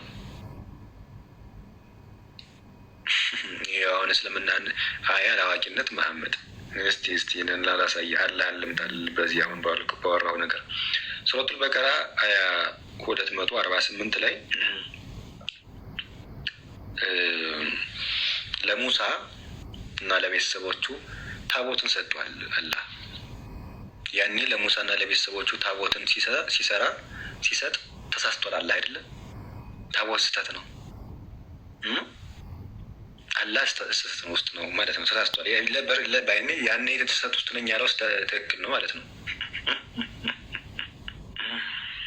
አላህ ተሳስቶ ለሙሳ ታቦቱን ሰጥቶታል። ያም ደግሞ ያውን ደግሞ ምን አለ? ስዕል አለ። ታቦቱ ላይ ደግሞ ምኖች አሉ አለ? ስዕሎች አሉ። ተፍሲሮችን ተመልከት ሱረቱል በቀራ 248 ላይ። ስለዚህ ያውም ደግሞ መላእክቶች እንደ እስልምና ትምህርት መላእክቶች የሚፈሩት ነገር አለ። ውሻ፣ ስዕልና ደወል ማለት ነው። መላእክቶች ናቸው፣ 4 መላእክቶች ናቸው የሚሸከሙት ምኑን? ታቦቱን፣ ለሙሳ የሰጠውን ታቦት። አንደኛ ታቦት መስጠቱ ተሳስተዋል አለ መሐመድ ማለት ነው። የደደብነት የመሀይምነት ነገሩ አንተ ትሻላለች። በቃ ተሳስቷል አልክ አይደለ? ስለዚህ አላህን ስህተት ውስጥ አደረግከው ማለት ነው። አላህን ስህተት ውስጥ አደረግከው። ተሳስቷል አላህ። አዎ ትክክል፣ አንተ ትክክል ነህ፣ ተሳስቷል። እሺ ሁለተኛ ደግሞ ስዕል ምናምን የለም ምናምን ብላችሁ ተናገራችሁ አንተና መሐመድ። አላህ ግን በታቦቱ ላይ ስዕል ስሏል። ያን ስዕልም ደግሞ መላእክቶች ተሸክመውት ይዞራሉ።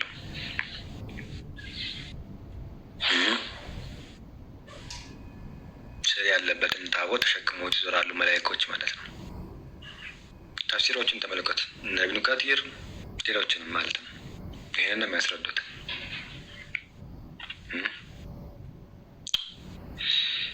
እና ብታው ጥሩ ነው። የምታወራትን ነገር እኔ ባይዘኝ ምንም እንትን አለም። እስልምናን ነው የምታስመጣው፣ ቁርአንን ነው የምታስመጣው፣ አላህን ነው የምታስመጣው። እኔ ጋር ስትመጣ እንደዚህ ነው። አላህ ቁርአን ይቀራ ነበረ። የሚቀራው መካከል አንዱ ምንድን ነው? ተሳስቼ ይሆን እንዴ እያለ ነው የሚቀራ የነበረው። አላህ 1000 ዓመት በፊት እንደዚያ ያደረግ ነበረ። ከዛ ከ50 ዓመት በኋላ ደግሞ በበረዋ ኤኬሌ እንደዚያ ማድረግ ያደርጋል፣ ኤኬሌ እንደዚህ ያደርጋል፣ ኤኬሌ እንዲህ ያደርጋል ብሎ ጽፎብሃል። ያችኑ ትኖራታለህ። አዳም ጽፎብኛል አለ። ቅድም ያሳየው ሀዲስ ላይ ማለት ነው።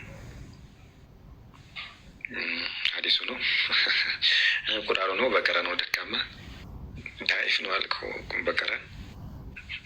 ለማንኛውም ይሁን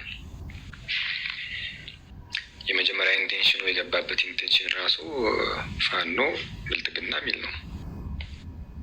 እምነት ሳይሆን የሆነ ብሔር ፖለቲካ ባይዘው ይህን ነው የምታዩት እኮ አሁን ፖለቲከኛ ነው እንጂ ሃይማኖተኛ አይደለም መሐመድ የሚባለው። አሁን አቤት አሁን ብትሆን አላሁን ብትሆን ምን አለ ኖ አልፈልግም፣ ኮንቨርሴሽን አልፈልግም በዚህ ጊዜ። ለዛ ነው እንጂ ነው ጠይቅኝ ብዬ ሁሌ ከፍታለሁ እኮ። ከፋሲካ በኋላ ነው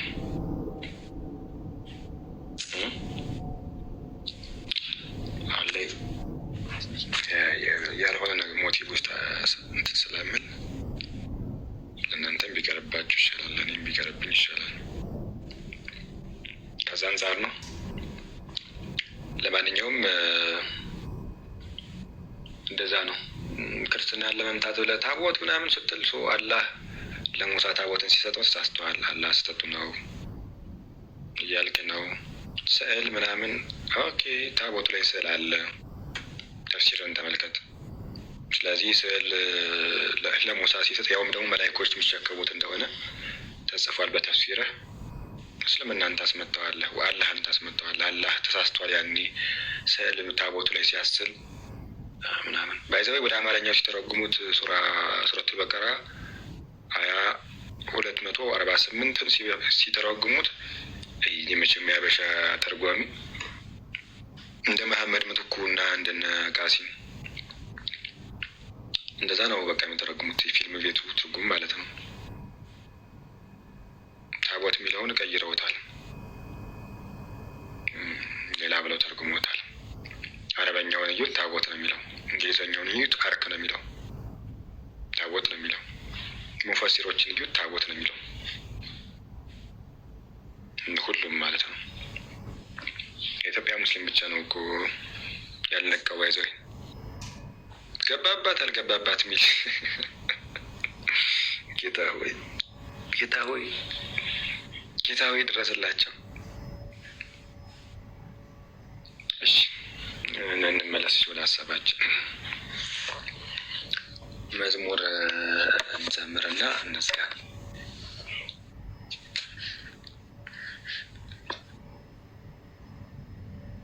ጥጋስ እኔ ምን አገባኝ? እኔ መሀል ላይ ብትሆን ጥጋስ ጥገን ያዝ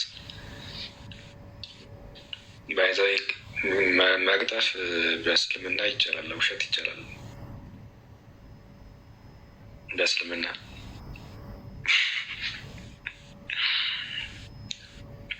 እሺ መዝሙረ ዳዊት እንዘምርና እንዝጋሽ። እኔን እኮ ብተውኝ ምን አለ ግን፣ ታውኝ፣ እኔን ታው፣ ይህን ሰሞን ተውኝ። እሺ ታውኝ። እሺ መዝሙር እንዘምር።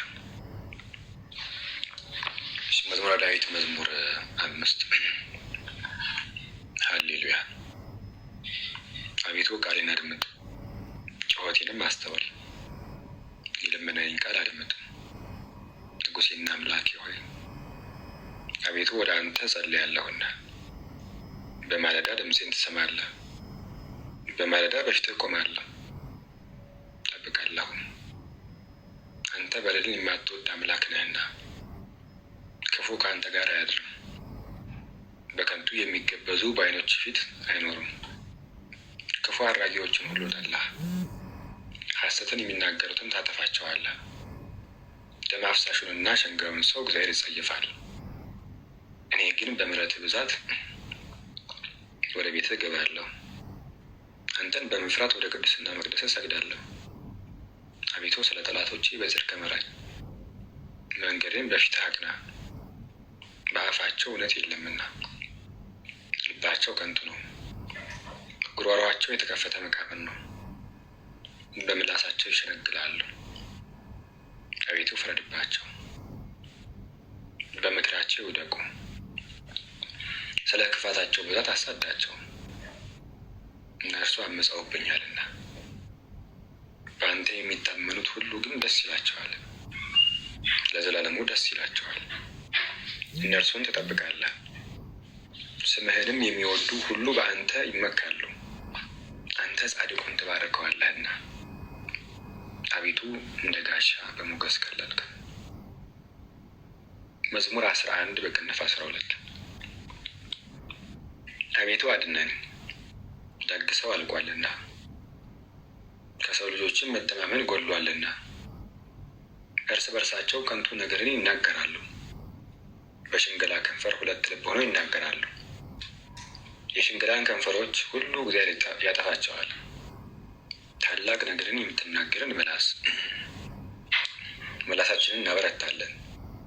ከንፈራችን እኛ ነው፣ ጌታችን ማን ነው የሚሉትን። ስለ ድሆች መከራ፣ ስለ ችግረኞችን ጩኸት እግዚአብሔር አሁን እነሳለሁ ይላል።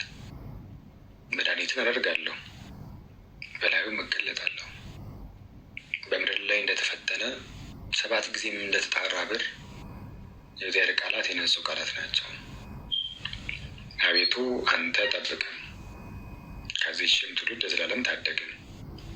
በሰው ልጆች ዘንድ ምናምንቴ ከፍ ከፍ ባለ ጊዜ ክፉዎች በዙሪያ ሁሉ ይመላለሳሉ። መዝሙር 50 በቅንፍ 51 ሃሌሉያ። አቤቱ እንደ ቸርነትህ መጠን ማረኝ፣ እንደ ምሕረትህም ብዛት መተላለፌን ደምስስ። ከበደሌ ፈጽመህ ጠበኝ፣ ከኃጢአቴም አንጻኝ። እኔን መተላለፌን አውቃለሁና ኃጢአቴም ሙሉ ጊዜ በፊትህ ነውና። አንተን ብቻ በደልኩ፣ በፊትህም ክፉን አደረግኩ። በነገርህ ትጸድቅ ዘንድ በፍርድህም ንጹሕ ትሆን ዘንድ እነሆ በዓመፃ ተፀነስኩ፣ እናቴም በሐሰት ወለደችኝ። እነሆ እውነትን ወደድክ፣ የማይታይ ስውር ጥበብን አስታወቀኝ። በሂሶጵ እርጨኝ እነጻማለሁ፣ እጠበኝ ከበረዶም ይልቅ ነጭ እሆናለሁ። ሐሴትንና ደስታን አሰማኝ፣ የሰበርካቸውም አጥንቶች ደስ ይላቸዋል። ከኃጢአቴ ፊትህን መልስ፣ በደሌንም ሁሉ ደምስስልኝ። አቤቱ ንጹሕ ልብን ፍጠርልኝ፣ የቀናውንም መንፈስ በውስጤ አድስ። ከፊትህ አትጣለኝ፣ ቅዱስ መንፈስህንም ከኔ ላይ አሰውርብኝ። የማዳንህም ደስታ ስጠኝ፣ በእሽታም መንፈስ ደግፈኝ። ለሕግ ተላላፊዎች መንገድህን አስተምራለሁ፣ ኃጢአተኞቹም ወደ አንተ ይመለሳሉ። የመድኃኒቴም አምላክ እግዚአብሔር ሆይ ከደም አድነኝ፣ አንደበቴም በአንተ ጽድቅ ትደሰታለች። አቤቱ ከንፈሮቼን ክፈት፣ አፌም ምስጋናን ያወራል። መስዋዕትስ ብትወድ በሰዋሁልህ ነበር፣ የሚቃጠለውን መስዋዕት ደስ አያሰኝህም። የእግዚአብሔር መስዋዕት የሰበረ መንፈስ ነው፣ የተሰበረውንና የተዋረደውን ልብ እግዚአብሔር አይንቅም። አቤቱ በውዴታ ጽዮንን አሰማምራት፣ የኢየሩሳሌምንም ቅጥሮች ስራ። የጽድቁንም መስዋዕት መባውንም የሚቃጠለውን መስዋዕት በወደድክ ጊዜ ያን ጊዜ በመሠዊያው ላይ ፍሪዳዎች ይሰዋሉ። ሃሌሉያ። አቤቱ ቅዱስ እግዚአብሔር ሆይ የነቢያትን የሐዋርያትን የሊቃውንትን ጉባኤ ባርክ። የቀደስክ አምላክ የእኛንም ስብስብ የእኛንም ጉባኤ ባርከ ቀድሰ እስከ ሰዓት ስላደረስከን አቤቱ እናመሰግንሃለን። አቤቱ ቅዱስም እናመሰግንሃለን። ጉልበት ሁሉ የሚሰግድልህ አቤቱ እንሰግድልሃለን። አንደበት ሁሉ ለአንተ ይገዛልሃል። የአምላኮች አምላክ የጌቶች ጌታ የነገሥታትም ንጉሥ አንተ ነህና ጌታ ሆይ አቤቱ መልካም ነገርን አድርግልን። ወዳጅ ዝምታችንን ጠብቅልን። ለእኛ ልጆችህ እንደሚገባ መልካም ነገርን አድርግልን። ጌታ ሆይ በንስሐን መልሰን ቅዱስ ሥጋህን ክቡር ደምህን እንድንበላ እንድንጠጣ እርዳን። ቅዱስና ገናና የሆነውን ስምህን ደግሞ እንዲህ እያልን እንጠራሃለን። ስማን። አባታችን ሆይ በሰማያት የምትኖር ስምህ ይቀደስ፣ መንግሥትህ ትምጣ፣ ፈቃድህ በሰማይ እንደሆነች እንዲሁም በምድር ትሁን። የዕለት እንጀራችንን ስጠን ዛሬ፣ በደላችንን ይቅር በለን እኛም የበደሉንን እንደምንል። አቤቱ ወደ ፈተና አታግባን ከክፉ ሁሉ አድነን እንጂ መንግሥት ያንተ ናትና ኃይል፣ ክብር፣ ምስጋና ለዘላለሙ አሜን። እመቤታችን ቅድስት ድንግል ማርያም ሆይ በመልአኩ በቅዱስ ገብርኤል ሰላምታ ሰላም እንልሻለን። በሐሳብሽ ድንግል ነሽ፣ ሥጋሽም ድንግል ነሽ። አሸናፊ እግዚአብሔር እናቱ ሰላምታ ላንቺ ይገባሻል። ከሴቶች ሁሉ ተለይተሽ አንቺ የተባረክሽ ነሽ፣ የማኅፀንሽ ፍሬ ኢየሱስ ክርስቶስ የተባረከ ነው። ጸጋን የተሞላሽ ቅድስት ሆይ ደስ ይበልሽ፣ ልዑል እግዚአብሔር ከአንቺ ጋር ነውና ከተወደደው ልጅሽ ከጌታችን ከመድኃኒታችን ከኢየሱስ ክርስቶስ ዘንድ ይቅርታና ምሕረትን ለምኝልን ኃጢአታችንን የሚያስተሰርይ ዘንድ ዘላለሙ ክብር ምስጋና ይሁን አንድ አምላክ ለሆነ ለአብ ለወልድ ለመንፈስ ቅዱስ ዛሬም ዘወትርም ለዘላለሙ ይክበር ይመስገን። ጌታ እግዚአብሔር እናንተ ሰዎች ትወርዳላችሁ ወይስ ሌላ ታሪክ ውስጥ እንግባ? እሺ፣ አሜን። ቃለ ሕይወት ቃለ በረከት ያሰማልን፣ ጸጋውን ያብዛልን። አሜን። አብሮ ያሰማን ያወርሰን ጌታ እግዚአብሔር። ሰርክና አዳር ፕሮግራም ጸሎት ላይ እነዚህ ጸሎቶች አይጸለዩም። በዚህ የሚጸለዩት ሞር ዳዊት፣ ግብረ ሕማማት እና ሌሎች ጸሎቶችን የሚጸለዩ እንትን እንላለን። ቆይማ ግብረ ሕማማት እናነባለን ነገ እንትን ላይም ስላለ ዳዊት ላይ ስላለ አነብላችኋለሁ። ግብረ ሕማማት ነገ ማቴዎስ ወንጌል 27ን ከዛ ትምህርተ ኅቡዓት የሚያውቀዋለ በጣም የሚደንቅ መጽሐፍ ነው። እሱን እናነባለን። ትምህርተ ኅቡዓት